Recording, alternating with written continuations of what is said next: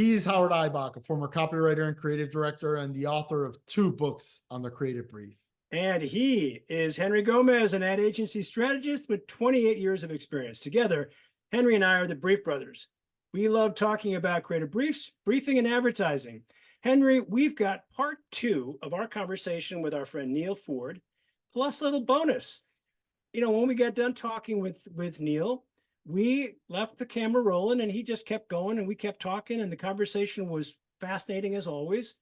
And with his permission, we have added this to the second part of our conversation. So let's join it. I'm gonna pay you a quick compliment. So I wasn't aware of you. Howard said I have somebody I want to bring on the show. He's a storyteller, and he sent me, he's like, just look it up on. I looked you up on YouTube, and I immediately went, okay, let's look at all the videos. Let's see which are the most popular. And I went, and this was last week in preparation for this talk, and the one of the top ones, if not the top one, was about best man toasts. Mm. And it has so happened my godson was getting married this past weekend.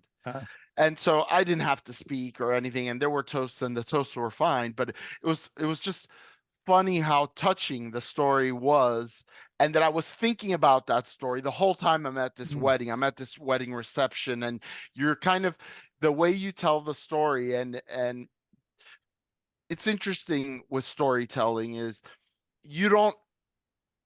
when you're a good storyteller, you don't have to give all the details. Like there's the gaps that people fill in their minds. Like you're in 2 minutes, you're telling the story of this toast at a wedding that you attended, and I'm filling in the gaps. Like in my mind, I see the ballroom, I see the people seated at the table, I see the bride and the groom there, I see the microphone, I see the DJ. You don't have to tell me any of that stuff, but you give me just enough that like it and so I was really fascinated. I subscribed immediately to your channel. I was really fascinated with because your stories are something that most people can just automatically relate to in their own way. Now, that wedding room might be very different than the wedding room that Howard pictures or that you were in when you're telling the story, but that's almost like beside the point. Like there was a universality to the situation and the context,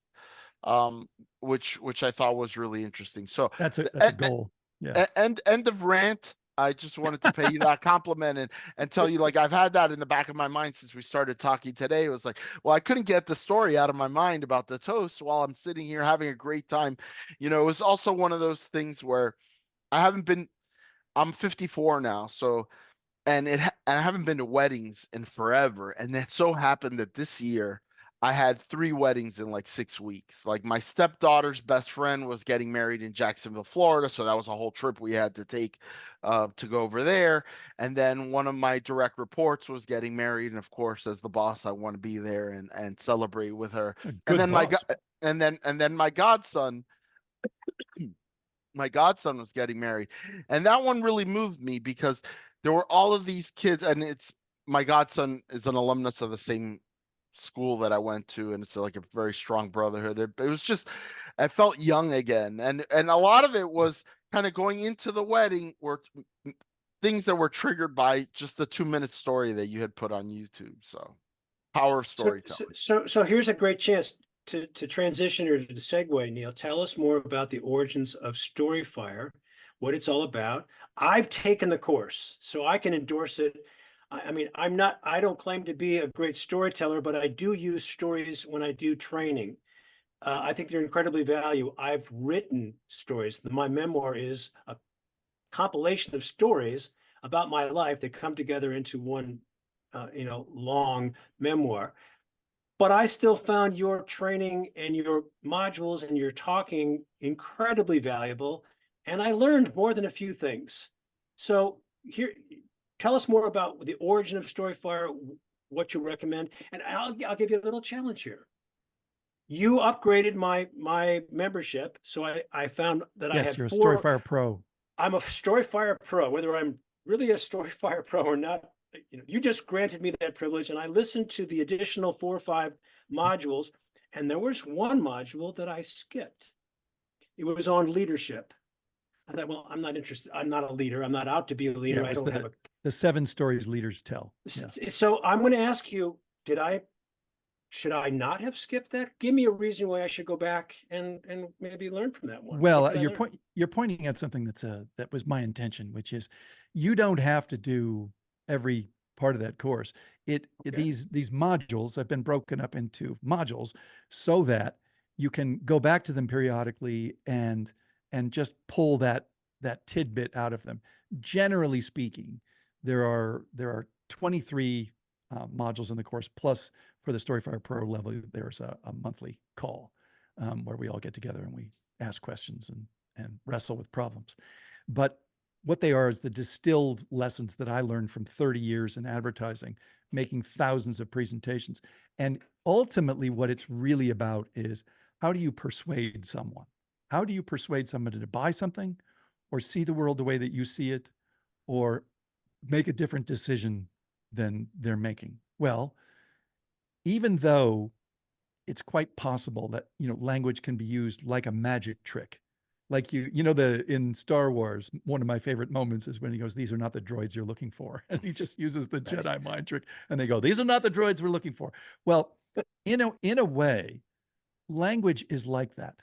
Very unattractive men can find themselves charming, beautiful women and so on and so on. And again, some people just have a knack for sales. I'd like to tell a story about this young woman that I saw do her thing at the New Jersey State Fair, because this to me was the power of language and attitude in changing somebody's mind. So in North Jersey, up there near Newfoundland, way tucked up in the corner, in the northwest corner of Jersey, people don't realize that the state of New Jersey is actually very country. It's incredibly green and it's forested. And up there in Garden that State. A lot of wildlife, deer. Oh, how? Yeah, man. It really is. It's quite beautiful. It's like Vermont. And up there, they've got this New Jersey State Fair, and it's kind of country. I mean, it's guys in bib overalls with big Duck Dynasty beards and wearing gimme caps, and it's full-size truck country. Toyota was launching its new Tundra when it finally decided to go full hog, and do the big trucks with the big D cabs and the multiple doors. And they had this display. And, when Toyota first launched its full-size truck, they were getting a lot of blowback from people going, "I wouldn't buy a Japanese truck." And they had staffed this sort of display with these 3 gals. Now, 2 of them were just gorgeous like models. And the third one was all of 5 feet tall. She was this vivacious pixie. And she just had that knack, that outgoing, fun-loving, sunshiny thing. And what they were doing was they were giving out cowboy hats with a Tundra logo on it for anybody that would come and let them take them on a tour of the truck. So these old boys come walking by, these 2 bib overall wearing, spitting their chew, right? And she says, "Hey, fellas, you want to see the brand new Toyota Tundra? I'll let you keep one of these hats." And this one guy with that really belligerent sort of like West Virginia kind of, stay out of the holler. He says to her, "I wouldn't get in that truck if you were handing out gold bars." And so she turns to his friend and she goes, "Oh, I've seen this before. He's scared. He's scared he's going to like it. Scared he's going to like it better than what he's got now. And he just doesn't want to know." And the friend goes, "Is that true, Dale? You scared?" And he goes, "I ain't scared." She goes, "Well, Dale, talk is cheap, but you can prove me wrong. You just let me take you on a tour of the truck. We'll see." So he goes, "Oh, all right. Okay." So now they're walking around the truck. Now I overheard this and I'm going, I gotta hear this gal's patter. She's good. Right. So I'm overhearing him and she's taking him, showing this and that. And then she opens the big back seat of the decab. She goes, "Dale, look at the size of that back seat. Come on." And he goes, "Is it big enough to have sex in?" And she goes, "I don't know. Let's check the owner's manual." And inside of about 20 minutes, those old boys were walking around that fair wearing the Tundra hats. Now, I instantly said to myself, I've been in advertising for almost 20 years. How many ads would I have had to show those old boys to get them to do that? And the answer we all know is you could never show them enough ads to get that result. You could try and try, and you could never do it. But for them, Toyota was no longer a company in Japan or building trucks in San Antonio. It wasn't, Toyota was her. That was the brand. And I went up to her afterwards. I said, I can tell you with some authority, you are the greatest salesperson I have ever seen. And she gets this weird look on her face. She goes, I'm not a salesman. I just love making friends. And I thought, I just got a master class in how to persuade somebody. Yeah. This That's whole almost time. that's almost bigger, right? Isn't it? Because it's one thing to say, yeah, you know, she convinced them about the truck or whatever, and they're wearing the hat, but they came in with a belligerent attitude, and they left feeling like they were happy to have met her. Very much. And that, and she, and from what you're saying, it may sound like she felt happy to have met them. You're killing it. Exactly. And Yeah. starting from a point where it was very unlikely either party was going to be happy with each other. So what you've just pointed out and observed the insight that took me a while to really grasp is that her motive was what drove the success of her pitch, because she actually wasn't trying to sell the truck. She was just having a great time meeting people and improving their day. And those boys are now open to looking at a Toyota because they will equate. Look, this is what, even though they're not actually making this calculus, this is subconsciously what they're doing. Well, if they hired her, they can't be doing everything bad. And she seemed like she was pretty friendly. And now that I'm thinking it over, some of that shit was actually pretty cool. And you know, what's important here is every time they see that Toyota logo, who do they think of? They think of her, right? And so it's galvanic skin response. They just have an automatic openness now.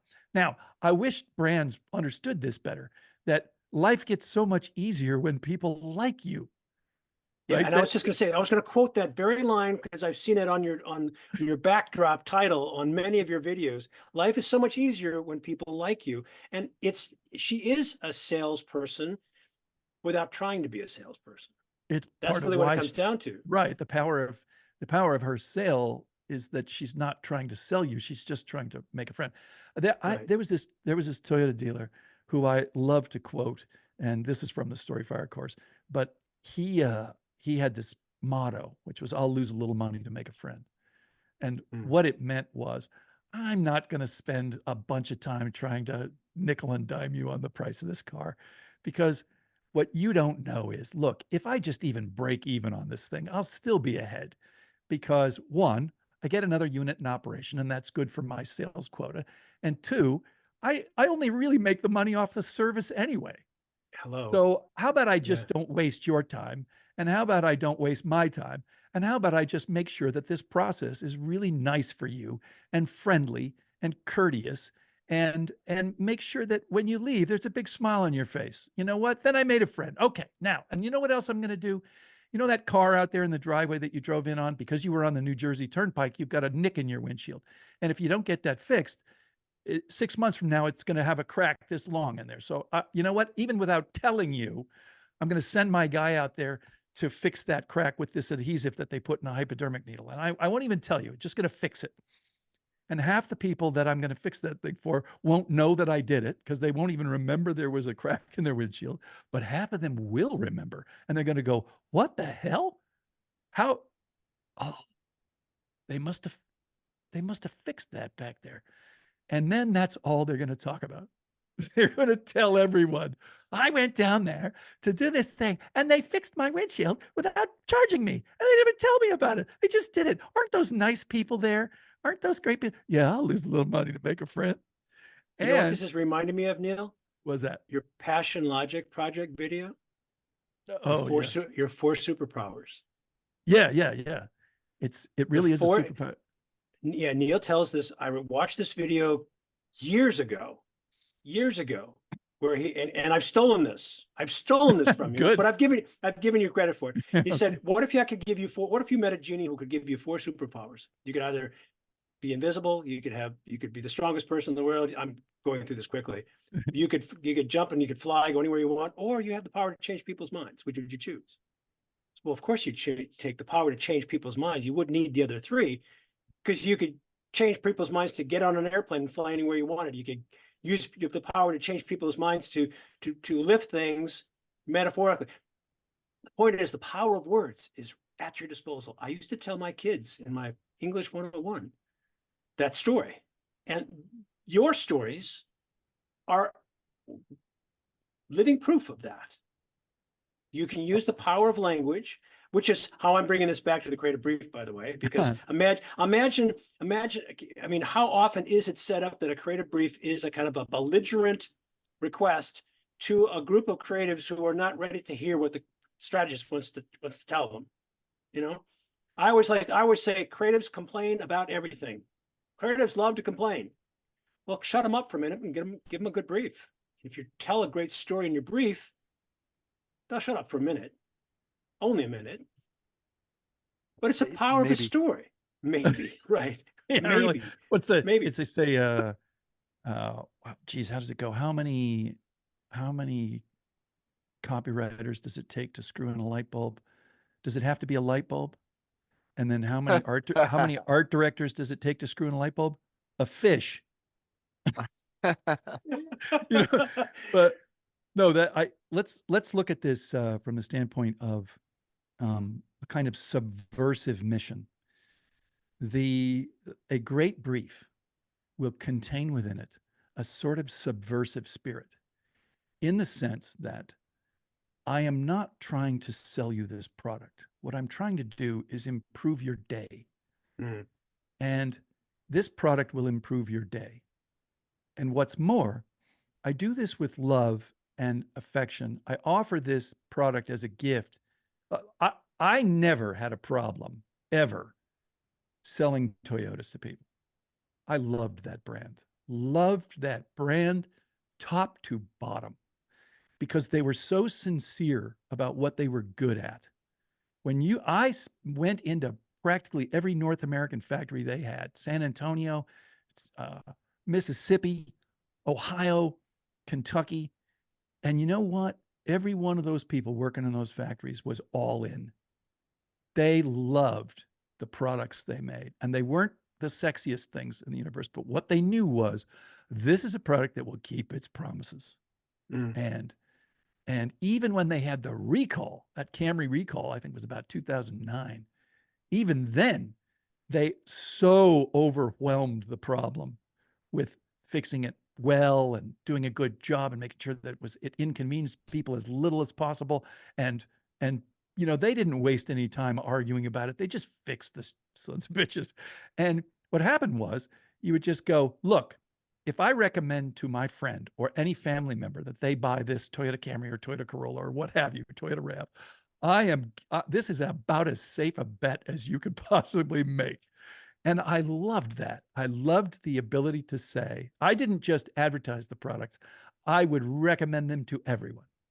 And it started because I got my dad into a 93 Camry. And what happened was, he had been an Oldsmobile buyer for years. Sounds like my dad. And he had, oh my God, Howard, he had a Cutlass diesel. It was possibly the worst thing, built during the Roger Smith years. And it was, I think, he went through 2 transmissions, and I'd had enough. And I was proselytizing to him, just saying, you got to get a Camry. You got to let me get you a Camry.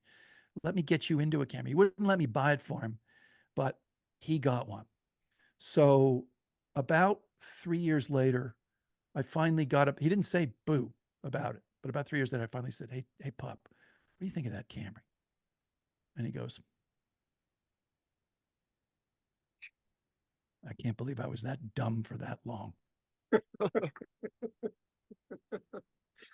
Like, I should have listened to you. I should have seen the writing on the wall. I remember he and I in 1978 test driving a Toyota Celica with a manual transmission.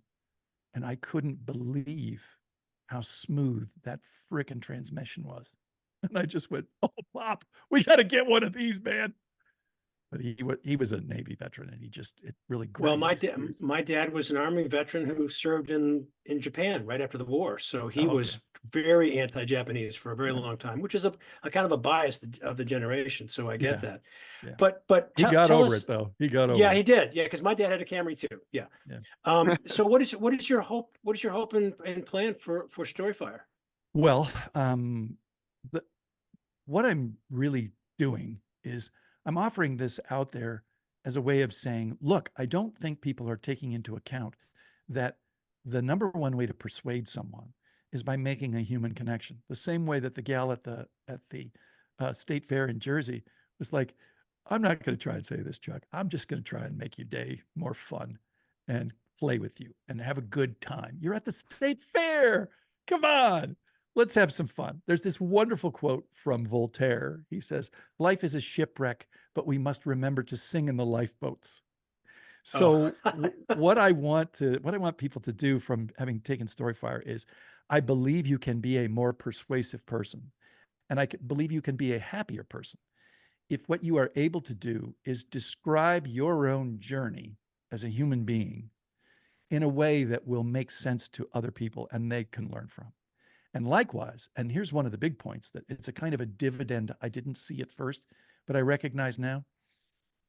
When you begin to look for stories to tell, you start to notice them all around you. In other words, you start to interpret your own life differently because you see moments that would have otherwise infuriated you. And now you start to look for the silver lining because you know that will make a better story. Right. And one of the stories that I tell in the Storyfire course, I'd love to repeat here because to me, it's just absolutely the most instructive of them all. And that was, I had gotten a flat. I'd gotten 2 flats on my car because I was making a U-turn and I pinched both tires on the sidewall, and you're done. As soon as you rip that sidewall, you're done. There's no fixing that. Okay, that was the bad news. The good news was I was within a block of an America's Tire.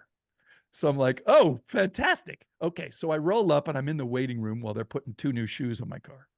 And there were 2 gals that looked almost identical. They're the same age. They're in their mid to late 50s. They have the identical haircut. They got roughly the same, the clothes could have been pulled out of the same closet. If you gave them to police as suspects in a bank robbery, the cops wouldn't have been able to tell the damn difference. So now we're all sitting in this sort of waiting room, and one's over here and the other one's over there.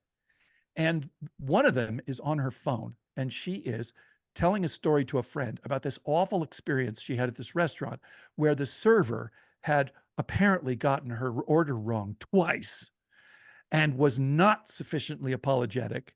And she was sure that she was being sarcastically, ridiculed. And so she wanted to get the server fired. So she brought the manager over, and the manager wouldn't do it. And in the description of the kerfuffle, she says, and a very expensive pair of sunglasses were broken. Okay, so and so on. The story goes. Okay. In the end, because she couldn't get satisfaction for having the server fired, she has decided she's going to go on the warpath on Yelp and put up posters to make sure nobody ate there. You get the whole drill, right? And then finally she hangs up the phone. Okay. Now, not a count of 30 later, the other woman says to me, I was in a restaurant this morning and I saw the most delightful thing. There was this young woman walking a very big dog, and she was very cute. And there was an old man who it looked like he wanted to cross the street, but you could see he was being very hesitant because I thought, oh, he's not sure he's going to make it to the other side before the light turns. And he doesn't, he still doesn't know what to do. And the young woman saw this, and she grabs him by the arm, and the 2 of them start walking across the street with the dog patrolling in front of the cars to make sure nobody moved. And I thought that was glorious. But then when they got to the other side, they have this short conversation, and then all 3 of them just walk off together, the man and the young woman, hand in hand. Isn't that beautiful? And I couldn't help myself. I said loud enough for the other woman to hear, it is. Yes, it is. Right. And I thought, And there you go, in a nutshell. It's not so much how you tell it, but it is what you say, what you choose to talk about is a really good window on your soul. And when you compare the two women, I ask this question of anybody, who would you rather spend the day with? It's quite obvious. You know, I don't want to hear somebody farting their grievances into my life. I want somebody who goes through life looking for examples of encouragement and positivity and the wonderful things that happen if you only have eyes to see them. Yeah. And that's part of the Story Fire course is let's talk about where you find the stories and the attitude that you have when you're looking for them.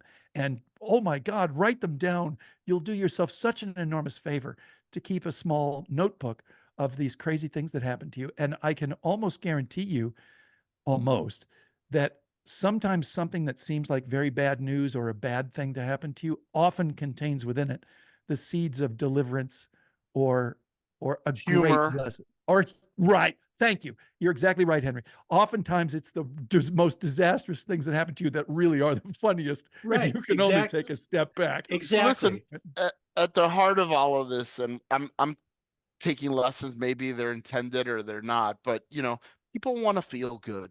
There's a lot to feel bad about in life, and we spend too much time ruminating on the things that are bad. And this, I wish that this would be, you know, the source of unhappiness is basically the difference between the way the world is and the way we would have it, right? That's why you're unhappy, because you want the world to be a certain way and it's not that way.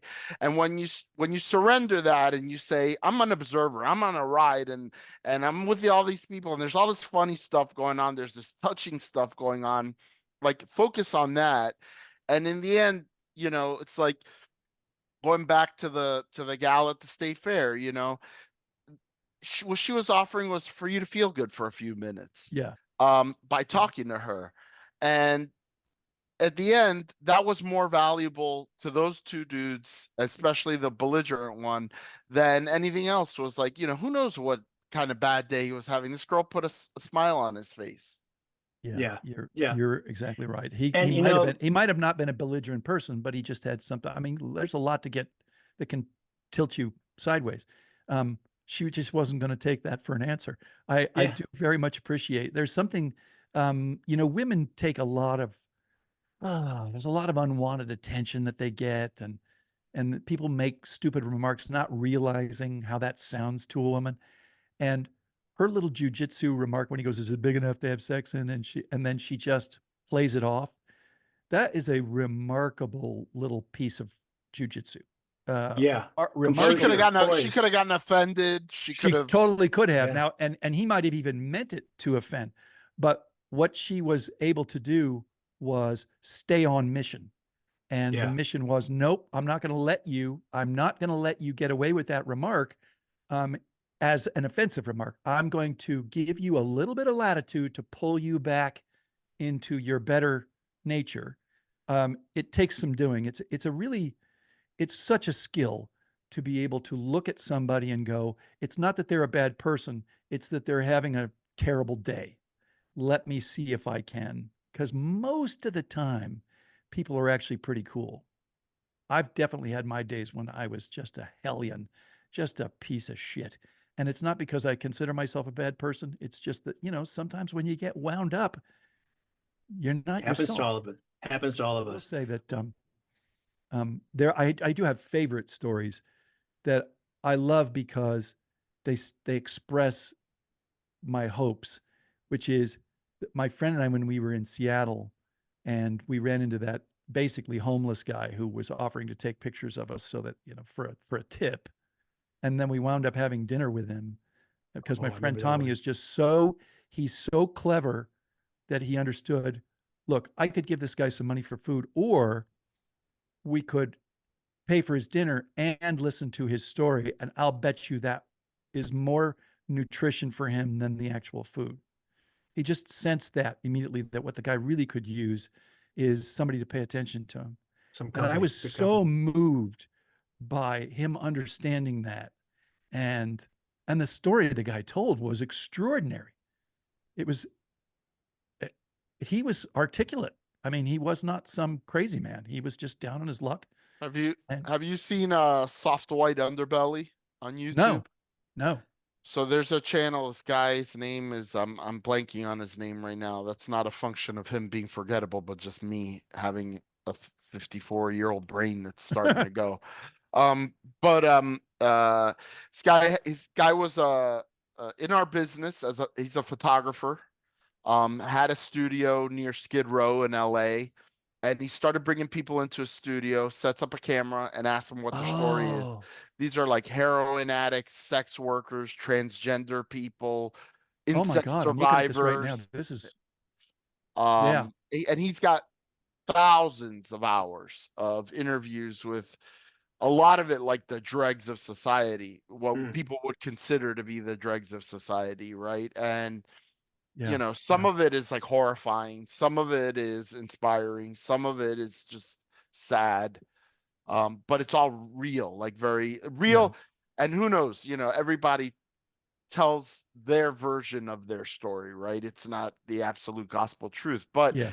it's insightful anyway. Like this is what these people believe is or it's what they're saying about their lives. And so I just thought that was interesting, but it's it's a much darker, like your stories are much more in the light, right? Like they're much Uplifting. more like looking for those great moments of humanity. I think what you see with this guy is like, walk a mile in this person's shoes, right? Yeah. Like, Yeah. molested from the age of 7, now out on the streets at Yeah. 25, looking like 50 because they're doing all these drugs and, Yeah. I yeah. am startled by how bad people can be to one another. I don't, that's the most disappointing of everything, is that it's a little kindness to one another there's this wonderful quote from Kurt Vonnegut, and he says, our mission in life, no matter who is controlling it, is to love whoever is close enough to be loved. And, what I like about that is just the idea that, look, if somebody is within your proximity, it is your duty to behave towards them as a kind and generous soul. And I think this may be the thing that we underestimate, is the power of pleasantness to people. And there's a thing that I picked up from my friend Marcus. I told this story earlier today, so forgive me if I'm repeating myself. Did I tell you the story about always carrying a pocket full of those little trolls, those little troll dolls? Okay, Henry, you probably haven't heard this story, but I carry little toys like this always with me, so that when I'm in a Starbucks or I'm in a restaurant, I'll give them to the barista or whatever, and for no other reason than to just go, here, this is for you, and just have them recognize that there's a human being, who sees them. And so we were in Delta, we were getting ready to check our bags, and it was one of these days where they had a shit ton of cancellations because of weather in Chicago or something like that. And so naturally, everybody whose flight is canceled, they think somehow that the person behind the counter can flick a switch and turn off the weather. So, they're being super belligerent and awful to the people. When's the plane going to be in? And these people are just checking bags. They don't know when the fuck the plane's going to be in. And, we're just trying to get through the crowd here. So there was this couple, and they were just Newport Beach entitled, oh my God, right out of Central Casting. They were the worst. He in particular was really bad because he was subtle. So he was a subtle fucker. And he would say these remarks that might be sarcastic. He was really sarcastic, but in a way where it was right up to the line. And so the woman knew she was being ridiculed, but he was being a douche about it. Okay. So what happened was, my friend Marcus, who's this beast of a man, we get up there and we're checking our bags, and he pulls out this little troll that's about that big. And he goes, oh man, are they in trouble? And he does it with this kind of Scandinavian accent. I'm like, what the fuck is Marcus doing? And she goes, what? He goes, they're in such trouble, man. He holds up the troll. He goes, Bjarki saw the whole thing, and all the trolls know each other, and they hate douchebags. And so he's going to tell on them, and they're going to their life is about to be a living hell. Now, if you really want to lay it on, if you feed him before midnight, he'll give you a little extra in, you know, in the revenge. And then he pulls out some M&Ms and he goes, these are his favorite. And he gives it to this woman by the counter. Now, she's like looking at him and looking at the thing. And then she looks over at her colleague who's watching this whole fucking exchange. And she takes the little doll and the M&Ms and she sets them down and she goes, well, you and I are going to have an appointment later. Okay. So we walk away and I go, Marcus, that was the coolest thing I've ever seen. And he goes, well, here's what's going to happen. Up to that point, right until we got there, she was just about done with the human race. Mm. Now, what happened was we wiped that slate clean. And even though nothing's really going to happen to them, except karma, somewhere in her brain, she feels like she already got revenge. It's like we created in her mind the idea that they're going to get theirs. And it's enforced by some weird, sweet, you know, gnomes. Not Okay. only that though, I think the deeper thing is that she didn't have to endure what they did to her Right. anonymously. Like he You were recognized, her your friend, co-conspirator. your friend recognized, hey, what those people did, that's not cool, man. Right. And, Right. and we're better than that, and you're better than that, and don't worry about those fucking people. Those But people are instantly, douchebags. in other words, she Yeah. didn't have to sit on it for more than 10 seconds. Yeah. And so what happened then is he says, and by the way, if you asked that woman, how was her day? She would go, well, 90% of them were assholes, but there was this one couple of dudes. And right. In other words, we now occupy 30% of the real estate in her memory of that day because it was so bizarre. Yeah. And- Well, Yeah. you know that, you know, Neal, this is an entirely ancient concept that you're promoting here. Is it? Of course it is. What is it? Well, I don't want to put a downer on this conversation, but this is what Jesus has been teaching for 2,000 Oh. years. You know, Yeah. G.K. Well, Chesterton is famous good for having company, said then. that he said the problem with Christianity is not that it's failed, it's that it's never been tried.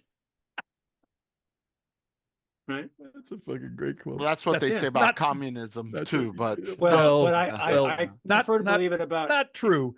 I mean, the people have been- tried Christianity. People, I know some pretty cool cats. But yeah, unfortunately, people are pretty short-sighted. I do Well, have you to say, go ahead. Sorry, Henry. no, please go. I was just gonna say that.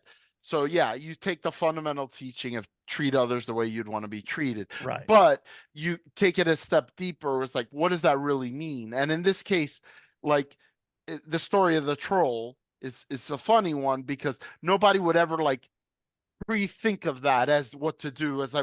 But Right. but the point is, it was a kind gesture of recognizing, I know it's not your fault. These people are assholes. You shouldn't have to put up with that. Like, Yeah.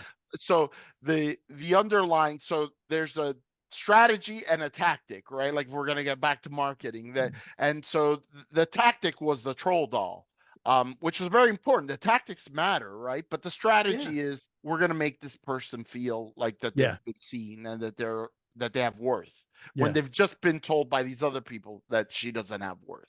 I don't use trolls, but I use this. You know what this is? Is it an acorn? Yeah, well, this is a plastic acorn because I bought a bunch of them from Okay. Amazon because I couldn't get a real one. But I got this from a friend of mine. He said I got a I- gazillion of them in my driveway. Yeah, well, I used to give them all to my students, and I say, you know what this is? And they say, yeah, it's an acorn. I said, what does it become? And they scratch their head and they say, an acorn tree? Well, you're close. If you plant this and you give it the right stuff, water and sunshine and nutrition, it should become an oak tree. But no one needs to tell it to become an oak tree. It knows that its one purpose is to become an oak tree. So I hand out these acorns to my students. I say, this acorn is like your purpose. I know what your purpose in life is. It's to become exactly who you're meant to be. Now, what that is, you have to figure that out. Yeah. Oh boy. But this acorn is a reminder that if you treat yourself well and you give yourself the right opportunities, you will become exactly who you're meant to be. So I love that story you told about the trolls. I don't carry these around as much as I should, because I think it's something like that, I think is really powerful. Because it's a way to, it's like it cuts through the crap of the I mean, day. if you want to get to the heart of it, props are part of storytelling, right? Yeah, Sometimes exactly. it can be very powerful. Exactly. I like the way Henry was dividing it up between strategy and tactics. I hadn't thought of it that way. No, Yeah. let me tell you why I consider that a real breakthrough for me to hear that, is that so we can apply that same strategy in a lot of places using different tactics. Now my job becomes, how can I do more unexpected? Because I have to say that in hypnosis, they will often use an instant induction by, like, they'll grab hold of your arm and they'll jerk it real hard. And then for like a nanosecond, you're no longer thinking critically, and you're subject to input. So they'll grab your arm and they'll jerk it and they'll go sleep. And then people will knock out. And what Bjarke does, it is so weird that it has jerked her out of the last customers. Disrupted. It's completely disrupted. Yeah. They no longer part of your emotional experience. You can It's like a mentally palate remember clean- them, but It's like a palate it's cleanser. very much, it's sherbet. You're exactly right. It has cleansed the palate. And because Henry, this happens to me, is when somebody cuts me off in traffic, or they're rude in a line, or they do some other challenge, man, I stew over that fucker all day. And it really takes an elevated psyche to go beyond that. But if somebody else comes along and they jerk you out of that with a disruption, they've done you a huge favor. They've really helped you out. Well, so it's like that earworm song that you have, that, and you can have like these negative earworms, right? Like you said, like you're driving, it's 5 minutes later and you're still thinking, you're still looking at that asshole who's like 10 cars ahead. Yeah. And, I've talked about it here and I've talked about it elsewhere, but, I did anger management about 5 years ago, and it changed my life. And I used to be one of those people that I'd be like gripping the steering wheel in the car. Now the person cuts me off and I laugh at them. I'm like, okay, dude, I guess you're in a hurry. Bye. Have it, and I honestly feel that way. Like, I don't have that desire to go and pull the person out of their car and tell them, what the hell are you trying to do? I'm like, well, I guess some people are just going to drive like jerk offs today. And that's pretty evolved, Henry. I have to hand it to you. That's a breakthrough. You have to reach a point in, like anything, you have to reach a point in your life where you want to make a change. And a lot of us don't realize we need to. My daughter has done that for me. Meditation has been like that for me. I still get pissed off at inanimate things. I don't get pissed off at traffic like I used to, but I still get get pissed off at technology. I love technology, but only when it works. And when it doesn't work, then I get upset. So I'm working on certain things. What I will sometimes say to people about like their fellow human beings is, social media, or media in general, of course, they see their role now is to enrage you, because enragement is engagement. And clickbait. Yeah, very much. And so they love to show people at their worst. But in fact, here's a kind of an interesting statistic. So let's go back to Henry in traffic. And he has now evolved to a place where, fortunately, he's getting a kind of kick out of rising above it, that's the fabulous place to be. But if you really do the math, here I am, I'm on the California 405. I'm going down, from LA to San Diego. I will probably pass, or at least engage with 200,000 vehicles in that trip. And in that trip, I will encounter 3 douchebags. That is pretty good odds. Yeah, right? That's a good way of looking at it. You gotta look at the bright side. That's right. And you're gonna let those 3 ruin your day? No, because look, it is extraordinary that we're not all careening into one another, and we're not you feel me? Lots of people are having a bad day. We're all managing to rein it in. Well, that reminds me of you remember Louis C.K. went on Conan O'Brien. This has to have been 15 years ago. And he was talking about like how everything's amazing, nobody's happy. Right. You're And flying in a tube. Right. he's Yeah. like the internet access, the Wi-Fi on the plane goes out, and the guy's like, "Can you believe this? The Wi-Fi went out." It's like he's like, "You didn't know this existed 5 minutes ago, and now you're angry because Right. he's like, why aren't you happy that you're sitting in a chair in a tube 40,000 feet above the ground? You should be going." "This is amazing." And he's not wrong. There's absolutely nothing wrong about Oh. that. His Yeah. analysis is perfect, which is, dude, you're strapped in a chair flying at 450 miles an hour. I love Going to Louis reach New C.K. York in 5 hours. Oh, he is one of the most brilliant. That whole shtick that he does, where he is, he's talking about, what does he call it? He says, of course, but maybe. You know that routine? Yeah. It may be the single most brilliant piece of stand-up I've ever heard, and that includes Richard Pryor. One of the recent pieces that or bits that he did that it's like, he had his whole thing where he like fell out of favor because apparently his thing was he liked to jerk off in front of women, but he always asked them for permission, right? Yeah. And but he when he was coming back from it, like instead of like avoiding it, like he confronted it, and his bit was, the thing is everybody has their thing. The thing that gets them off. He goes, my problem is that now everybody knows my thing. Oh my God.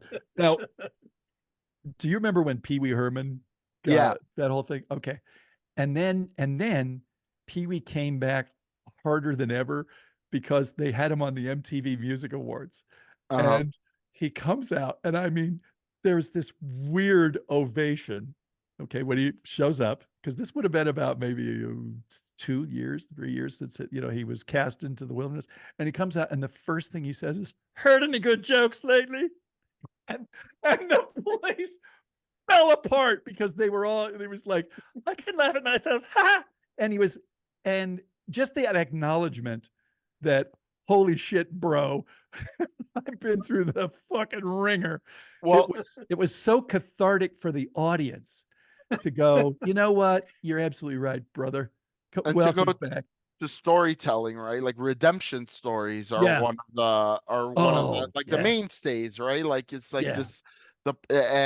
and I don't know who said it, and I'm gonna butcher the saying, but America will tear you down, but they also want to see you built back up. Like Yeah. the Americans love the Second comeback act. story. There Like is America will give you a second chance. act. Yeah. And for that's sure. that's I think a lot of people forget that lesson. We live now in everybody get canceled and canceled. It's like eventually you can get uncanceled. Like, Louis C.K. got canceled, and like I said, but Paul Rubens, Pee Wee Herman, and it seemed insurmountable at the moment, like Yeah.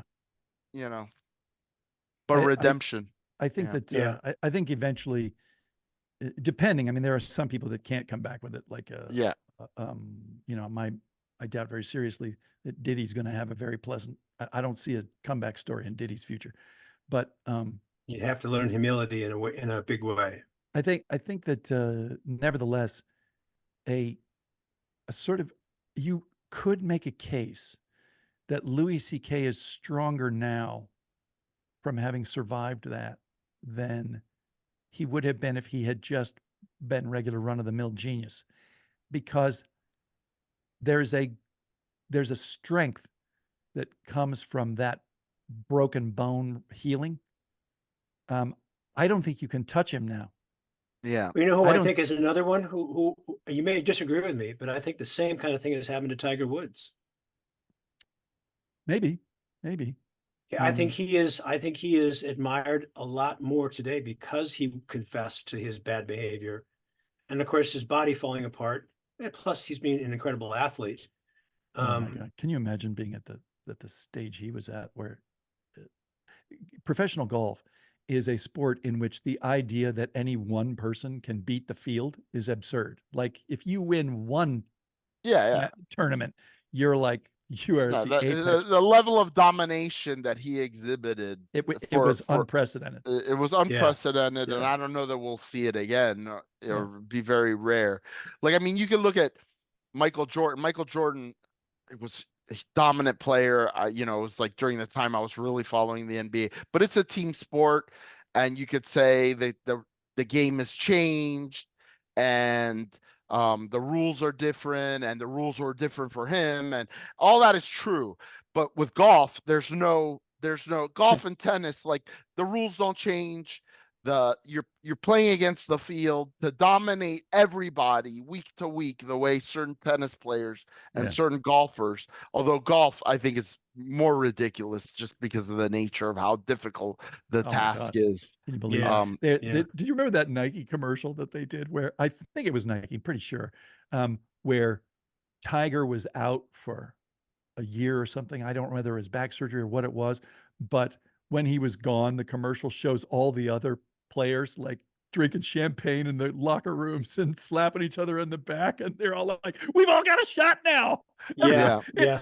We can maybe win this." And then Yeah. Tiger comes back, and they're like, "Oh fuck." Mhm.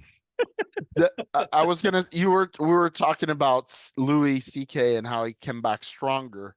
Well, that's another old proverb, right? Like, what doesn't kill you makes you stronger. Yeah. And there's I don't remember what book it was that I read it in. Again, my memory failing me, but the anecdote was like the people in London who lived through the Blitz, right? Who survived it. Mhm.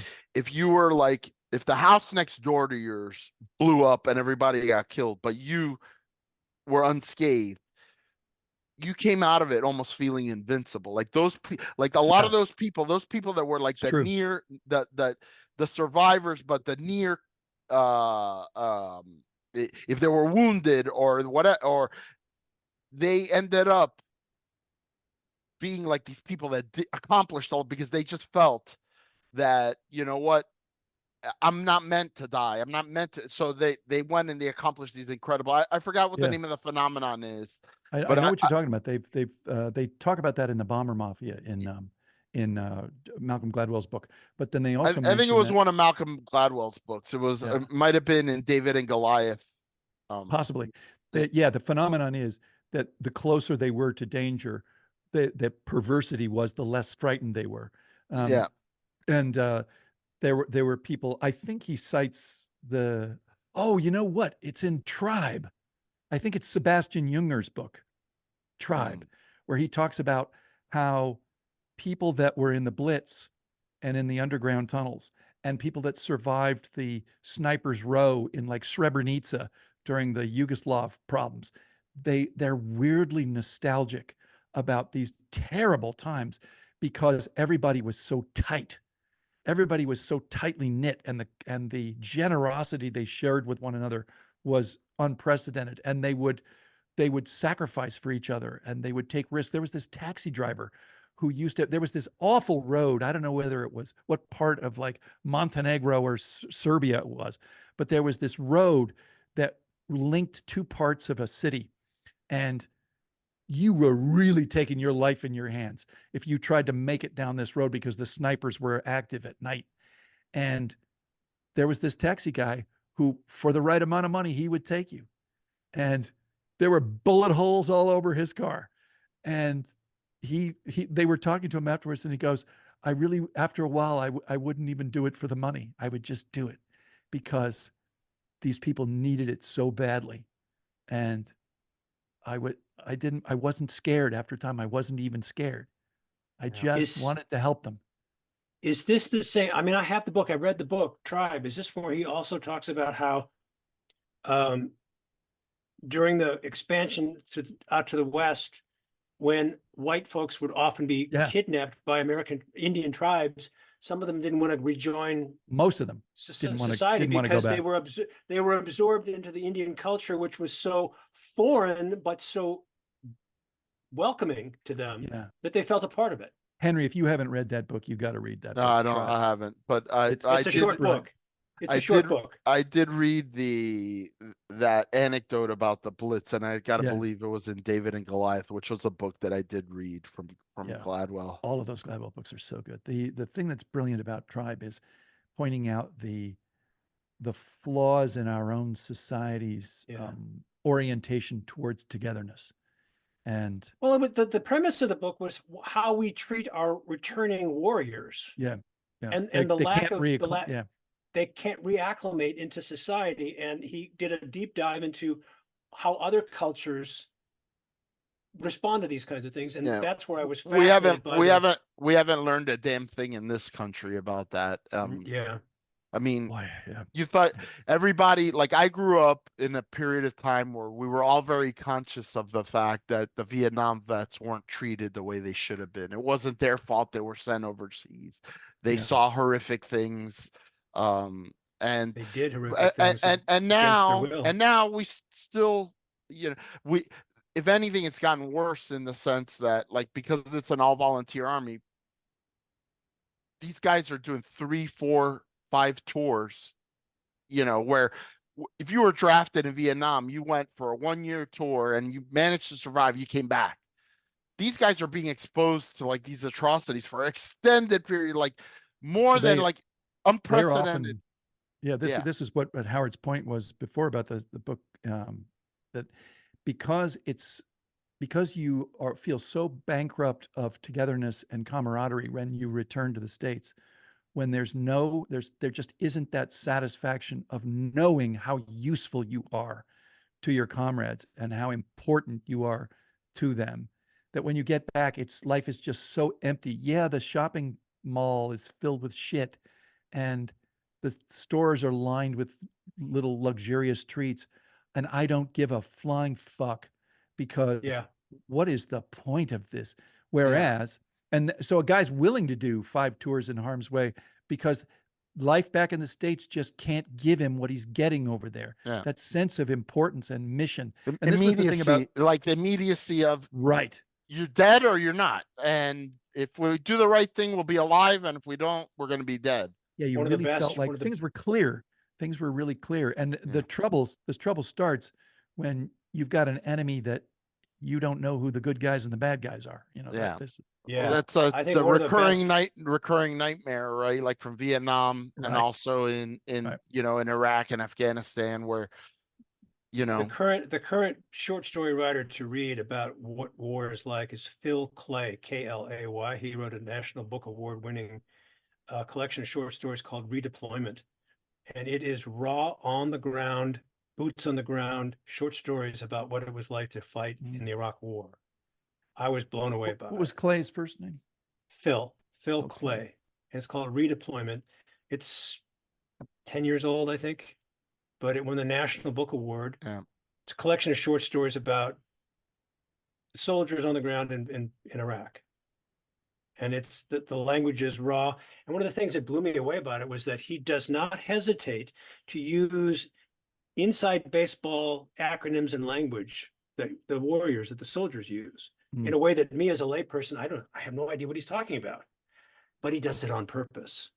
He drops the reader into his world with language that I don't understand. So I'm in a fog in a way that a soldier's in fog. And he kind of like uses getting someone presenting you a troll. Because That was definitely done, Henry. Yeah, because except the effect is designed to keep you off balance as opposed to draw you in and maybe make you feel better. This is designed specifically to throw you off balance because you don't know what's going on, because he's describing the weapons and their acronyms and it's like, what are you talking about? There's no glossary to help you figure it out. I'll bet you acclimatize pretty quickly. Like you pick it up pretty quickly. Well, no, you don't. He never explains what it is, and that's the point. It took me a while to figure out that's what he's trying to do. You're just in this fog, not knowing what's going on, and that's what it's like to be a soldier in that situation. So you just deal with it. And after I read a couple of stories where he did not explain this, I realized I'm okay with this. I don't know what the hell he's talking about, but I get what he's trying to do, because now I'm as mystified about the fighting experience as these soldiers are. Well, I have taken your course. I highly endorse it. I think it was you, remarkable. I learned a lot. And I will close by saying, and I peed in my pants. And for those of you who don't know what I'm talking about, you have to listen to one of his most recent stories. I'm still laughing out loud about that one. So Neal Foard, thank you so much for joining Henry and me on the Brief Brothers. We really enjoyed this conversation. Good stuff, Henry. Good stuff, Howard. He's Henry Gomez. And he's Howard Ibach. Together, we're the Brief Brothers. Till next time, bye-bye. Bye.